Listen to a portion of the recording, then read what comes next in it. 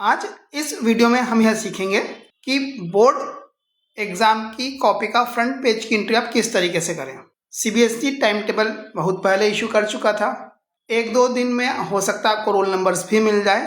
अब जब आप एग्जाम देने के लिए जाएंगे तो 12th के स्टूडेंट्स ने तो एक बार फ्रंट पेज भरा है 10th की एग्जाम्स में, पर जो 10th के स्टूडेंट्स हैं फर्स्ट टाइम कॉपी का फ्रंट पेज भरेंगे। हर पेपर में भरना रहेगा, पर जब फर्स्ट टाइम भरते हैं तो कई सारी मिस्टेक्स स्टूडेंट्स करते हैं और जब कॉपी के फ्रंट पेज भरने में उनसे कहीं कोई मिस्टेक हो जाती है तो उस मिस्टेक का इम्पैक्ट पेपर देते समय बड़ा टेंशन रहता है कि हमने रोल नंबर गलत फिलअप कर दिया, नेम गलत फिलअप कर दिया, पता नहीं क्या होगा। तो वो 3 घंटे भी टेंशन में निकालता है। तो इस वीडियो में मैंने ये समझाने की कोशिश करी है कि फर्स्ट डे आप आपकी कॉपी की एंट्रीज कैसे फिलअप करें ताकि कोई गलती ना हो और आपको पेपर देने में भी टेंशन ना हो। तो वीडियो को ध्यान से देखेंगे तो समझ में आ जाएगा कि हम किस तरीके से एंट्रीज फिलअप करेंगे यहाँ पे, और इसी तरह से आप एंट्री एग्जाम में फिलअप करेंगे तो गलती नहीं होगी।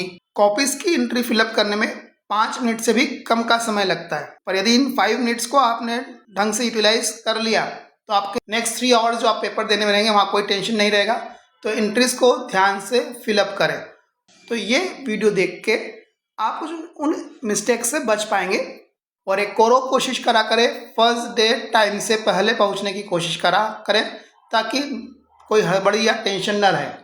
फर्स्ट डे हर दिन ही टाइम के पहले पहुंचना चाहिए और फर्स्ट डे तो एग्ज़ाम में टाइम के पहले पहुंचने की कोशिश करें। ऐसा नहीं कि एकदम बिल्कुल लास्ट मोमेंट पे पहुंच रहे हैं। और यदि आपके लिए सेंटर नया है, एरिया नया है, तो एक दिन पहले भी जाके आप सेंटर को चेक करके आ सकते हैं, जिससे आपको उस दिन टेंशन नहीं रहे कहाँ जाना है, किस तरीके से जाना है। तो हम सीखते हैं अब एंट्रीज किस तरीके से फिलअप करें। तो देखें कहाँ पर एंट्री किस तरीके से हमें करनी रहेगी। देखें कॉपीज 3 तरह की कॉपी सीबीएसई इशू करता है। 32 पेज की कॉपी सारे पेपर्स के लिए, मैथ्स के लिए ग्राफ के साथ कॉपी आती है। देन 20 पेजेस की कॉपी भी आती है जो पेपर 2 आवर्स का होता है। जैसे इस बार 10th का लास्ट पेपर है कंप्यूटर एप्लीकेशन या इंफॉर्मेशन टेक्नोलॉजी आर्टिफिशियल इंटेलिजेंस, जो लास्ट पेपर जो स्टूडेंट्स मोस्टली 6 सब्जेक्ट के रूप में चूज करते हैं, उस पेपर की कॉपी 20 पेजेस की मिलती है। तो 3 तरह की कॉपी होती है। 32 पेजेस की विथ ग्राफ जो कि मैथ्स के लिए मिलती है, जो कि 48 पेजेस की होती है। देन 20 पेजेस की कॉपी भी मिलती है जो 2 आवर्स के पेपर के लिए मोस्टली रहती है। अब देखें यहाँ पर एक आप देखेंगे डॉटेड लाइन है, यहाँ पर सीजर का साइन भी बना हुआ मिलेगा आपको। इस लाइन के इस साइड की एंट्री फर्स्ट भरे, देन इस साइड की एंट्रीज आप बाद में भरें, और इस साइड की एंट्री जो हमारा राइट हैंड साइड रहेगा उस साइड की एंट्रीज को फिलअप करने में स्टूडेंट बहुत ज़्यादा मिस्टेक करते हैं। हम एक एक सारी बातें देखते हैं कैसे क्या करेंगे।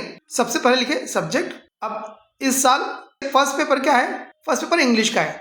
अब इंग्लिश सिर्फ इंग्लिश लिख के ही नहीं छोड़ दें आप, इंग्लिश भी 2 तरह की है। तो 10th की इंग्लिश 2 तरह की है, इंग्लिश कम्युनिकेटिव भी है और इंग्लिश लैंग्वेज एंड लिटरेचर भी है। तो आपने इंग्लिश का जो जिसे भी ऑप्ट कर रखा हो उसे आप लिखें। इंग्लिश कम्युनिकेटिव है तो इंग्लिश कम्युनिकेटिव लिखें, और यदि इंग्लिश लैंग्वेज एंड लिटरेचर है तो इंग्लिश लैंग्वेज एंड लिटरेचर को आप लिखें। उसी के हिसाब से आपका सब्जेक्ट कोड भी होगा। इंग्लिश कम्युनिकेटिव का सब्जेक्ट कोड है 101, और यदि आपका लैंग्वेज एंड लिटरेचर है तो उसका सब्जेक्ट कोड है 184।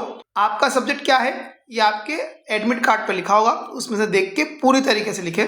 Then day and date of examination, पहले आप डे लिखेंगे Monday Tuesday Wednesday, then date लिखेंगे, डेट पूरी लिखें, पूरी डेट जैसे 15th 2025। देन नेक्स्ट रहता है medium of answering the paper. इसमें भी स्टूडेंट बड़ा कंफ्यूज होते हैं। ध्यान दें आप इंग्लिश मीडियम स्कूल में पढ़ रहे हैं, हिंदी मीडियम स्कूल में पढ़ रहे हैं, यह नहीं पूछा गया आप इस पेपर को किस मीडियम में दे रहे हैं। आप हिंदी में दे रहे हैं तो हिंदी लिखे, इंग्लिश में दे रहे हैं तो इंग्लिश लिखे।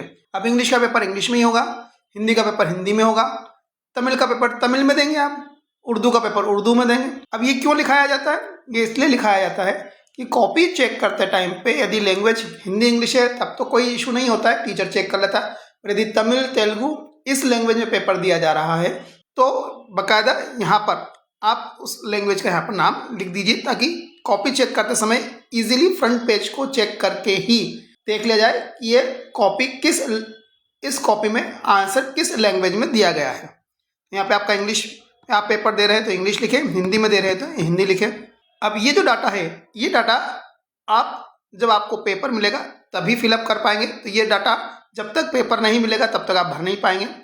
पेपर मिलने के बाद आप इस डाटा को भर लीजिए। तो इसमें क्या लिखना है आपको? कोड नंबर लिखना है जो पेपर पर लिखा हुआ आता है। वो 67/4/1 2 3 कुछ भी हो सकता है। और जो ये 1 2 3 होता है वही सेट नंबर होता है। 1 होता है, आप 1 को पूरा फिलअप करेंगे, 2 है तो 2 को फिलअप करेंगे, 3 है तो 3 को फिलअप करेंगे, 4 होगा तो 4 को फिलअप करेंगे। तो सेट नंबर आप सही तरीके से फिलअप किया करें, क्योंकि सेट नंबर गलत फिलअप करने पे कॉपी के चेकिंग में बड़े इश्यूज आते हैं, गलत कॉपी चेक हो सकती है, क्योंकि अलग अलग सेट के क्वेश्चन के अलग अलग आंसर्स रहते हैं। तो सेट नंबर ध्यान से भरें।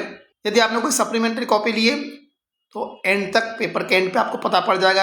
यदि ली है तो 1 2 3 लिख दे, नहीं लिए तो नेल या डैश लगा दे। यदि कोई व्यक्ति डिसेबल्ड है, जो बच्चा डिसेबल्ड है, तो वहाँ पर लिखेगा person with benchmark disability, yes है तो यस, नो है तो नो लिखे। देन यदि जो डिसेबल्ड होगा वह ही बाकायदा आपका कोड ऑफ डिसेबिलिटी भी लिखेगा, डिसेबल्ड व्यक्ति ही लिखेगा, एडमिट कार्ड में लिखा होगा उस हिसाब से लिखेगा, नहीं है तो डैश लगा दे। देन क्या राइटर प्रोवाइड कराया गया था, यस तो यस, नो तो नो, डैश लगा दे। डिसेबल्ड पर्सन के लिए यह रहेगा। Next, if visually challenge name of software, यदि कोई सॉफ्टवेयर यूज किया तो वो लिखे, अदरवाइज डैश लगा दे। ध्यान दें, ये सारी बातें डिसेबल्ड पर्सन ही भरेगा, डिसेबल्ड स्टूडेंट भरेगा, बाकी सब जगह नो या डैश लगा दीजिए। नेक्स्ट सेक्शन की एंट्रीज फिलअप करने के लिए बकायदा कहा गया, enter each letter will be written in 1 box and 1 box is left blank between each part of the name. बताऊंगा मैं क्या लिखा गया है। In case candidate's name exceed 22 letters, ध्यान दो 22 लेटर्स से बड़ा यदि आपका कोई नाम हो तो आप सिर्फ 22 लेटर्स तक ही फिलअप करें, उसके आगे का फिल नहीं हो रहा है तो उसका टेंशन ना लें, अलग से कोई कॉलम बना के फिलअप करना नहीं है। तो देखिए क्यों कहा गया है यहाँ पर। तो जब हम नेक्स्ट सेक्शन पे आते हैं, इस सीजर्स के इस साइड वाले सेक्शन में, यहाँ पर आपको देखिए क्या क्या लिखा गया है। इस सेक्शन में सबसे पहले आपकी कॉपी का सीरियल नंबर होता है, इस सीरियल नंबर को आपको लिखना होता है। जब एग्जामिनर आपकी कॉपी का नंबर लिखवाता है तो पूरा लिखा करें, जो भी ये कोड है साथ में कॉपी नंबर जो भी है वो लिखें। देन यहाँ पर ये है 22 लेटर्स लिखने के लिए। अब यदि आपका नेम 22 लेटर से ज़्यादा है, इवन मैं कहूँगा कि 19 से भी यदि ज़्यादा है, तो आप यहाँ पर लिख नहीं पाएंगे। जैसे मैं एक नाम यहाँ पर लिखता हूँ, अभिनंदन,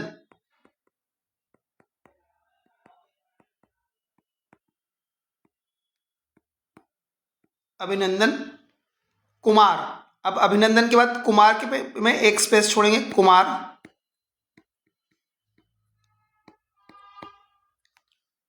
अब सपोज करो यदि इसका सरनेम सोनी है तो सोनी यहाँ पर एक स्पेस देके लिख दिया, लिखा गया। पर यदि अभिनंदन कुमार सोनी नहीं होता, इसका नाम अभिनंदन कुमार बाकलीवाल होता, तो यहाँ पर ये अभिनंदन कुमार तो लिख लेगा, पर एक स्पेस छोड़ के बाकलीवाल, BAKLIWAL लिखने की जगह नहीं है। स्टूडेंट यहाँ पर आगे ब्लॉक बना के लिख देते हैं, ऐसे कोई ब्लॉक बनाने की नीड नहीं है, जितने लेटर्स आए उतने लेटर्स लिख दीजिए। तो यहाँ पर 22 में से 1 और 1 2 स्पेस चले गई, इट मीन्स व्हाट 20 लेटर्स ही लिख पाए। तो यदि किसी स्टूडेंट का नाम 19 या 20 लेटर्स से ज़्यादा का है तो जितने लेटर्स यहाँ पर आए उतने ही लिख दे, एक्स्ट्रा कॉलम बनाने की नीड नहीं है। अब सबसे मेन चीज़ होती है इन सर्कल्स को फिलअप करना। आप ध्यान दें, फर्स्ट कॉलम में आपने यदि ए लिखा है तो ए के सर्कल को फिलअप करें। देन सेकंड कॉलम में बी लिखा है तो बी के सर्कल को फिलअप करें। देन एच लिखा है तो थर्ड कॉलम में एच के सर्कल को फुल फिलअप करना चाहिए। देन आई तो आई के सर्कल को फिलअप करें। देन एन तो नेक्स्ट में एन के सर्कल को फिलअप करें। देन नेक्स्ट ए है तो ए के सर्कल को फिलअप करें। देन एन अगेन नेक्स्ट में एन के सर्कल को फिलअप करें। और थोड़ा ध्यान से देखा करें, कई बार क्या होता है लाइन इधर उधर हो जाती है, तो बिल्कुल लाइन में हाथ पूरा सीधा लेके आए। देन नेक्स्ट लाइन में डी, आप डी में फिलअप करें। यदि कन्फ्यूजन है तो पहले डॉट लगा ले कि भैया मुझे इसे भरना है, देन मुझे इस कॉलम में एन को भरना है, देन नेक्स्ट कॉलम में के को फिलअप करना है, देन नेक्स्ट में यू को फिलअप करना है। ऐसे पहले डॉट लगा लें और बाद में उनको फिलअप कर दें। पर ध्यान दें, कई बार स्टूडेंट क्या करते हैं, इस फर्स्ट कॉलम में ही सारे लेटर्स भर देते हैं। ए मिला तो ए भर दिया, बी मिला तो बी भर दिया, एच मिला तो एच भर दिया। ये इस तरह से फिलअप नहीं करना है। जिस कॉलम में जो लेटर है उसी के नीचे आप उस लेटर को फिलअप करना है। देन नेक्स्ट इस कॉलम में ए फिलअप करें, सर्कल अच्छे से फिल करें। देन नेक्स्ट कॉलम में एन फिलअप करें। एक गलती और होती है, एक मिस्टेक स्टूडेंट और करते हैं कि जहाँ स्पेस रहती है उस स्पेस में ही भर देते हैं और उसके बाद गलती होने लग जाती है, तो यहाँ भी ध्यान दें। देन के फिलअप करें स्पेस देने के बाद, देन नेक्स्ट कॉलम में यू फिलअप करें नेक्स्ट कॉलम में, देन नेक्स्ट कॉलम में एम फिलअप करें, देन नेक्स्ट कॉलम में ए, अगेन नेक्स्ट कॉलम में आर, फिर एक स्पेस खाली छोड़ने के बाद नेक्स्ट में बी, ए, उससे नेक्स्ट में K, then L and then I. अब इस नेक्स्ट कॉलम में रोल नंबर फिलअप करें, जैसे आपका रोल नंबर है 19193286, तो आप बाकायदा यहाँ पर 1 के नीचे 1 को फिलअप करें, जो भी आपका रोल नंबर है वो लिखे 1, देन नेक्स्ट कॉलम में 9, देन उससे नेक्स्ट कॉलम में 1, देन नेक्स्ट कॉलम में 9, देन नेक्स्ट कॉलम में 3, देन 2, देन 8, देन 6। सर्कल अच्छे से फिलअप करें। तो फर्स्ट कॉलम ब्लॉक्स भर लेना चाहिए और ब्लॉक्स को फिलअप करने के बाद सर्कल फिल करना चाहिए। Then as per admit card subject code मिलेगा, जो सब्जेक्ट कोड आपने यहाँ पर भरा, जैसे आपने भरा 101 या 184, तो जो आपने फिलअप करा हो वो आप यहाँ करेंगे। पहले यहाँ फिल कर ले 101, तो 1, नेक्स्ट कॉलम में 0, देन उससे नेक्स्ट कॉलम में 1। देन आप जिस सेंटर पे एग्जाम देने जा रहे हैं उस सेंटर का कुछ नंबर होगा 834116, तो जो भी नंबर हो आपके एडमिट कार्ड में लिखा हो वो आप लिख देंगे। मैंने मन से कुछ भी फिलअप कर दिया यहाँ पर 834116। थोड़ा ध्यान से फिलअप करें, फर्स्ट पेपर में थोड़ा ध्यान ज़्यादा देंगे तो नेक्स्ट पेपर में मिस्टेक्स नहीं होगी। देन इसके बाद नेक्स्ट कहा सब्जेक्ट, अगेन सब्जेक्ट पूरा लिखे आपका इंग्लिश, लैंग्वेज एंड लिटरेचर या कम्युनिकेटिव।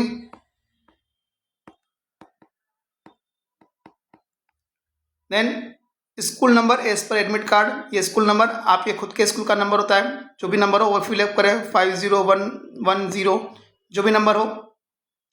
अब यहाँ पर roll number in words, roll number किसमें लिखना है? वर्ड्स में। अब वर्ड्स में, ये वर्ड्स में रोल नंबर भी एडमिट कार्ड में दिया होता है।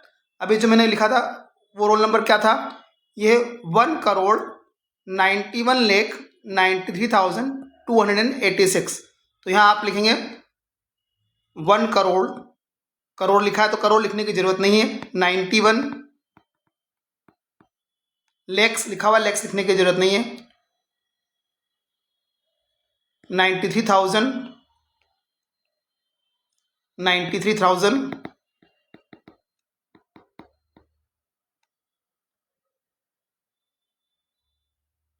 286, तो 286।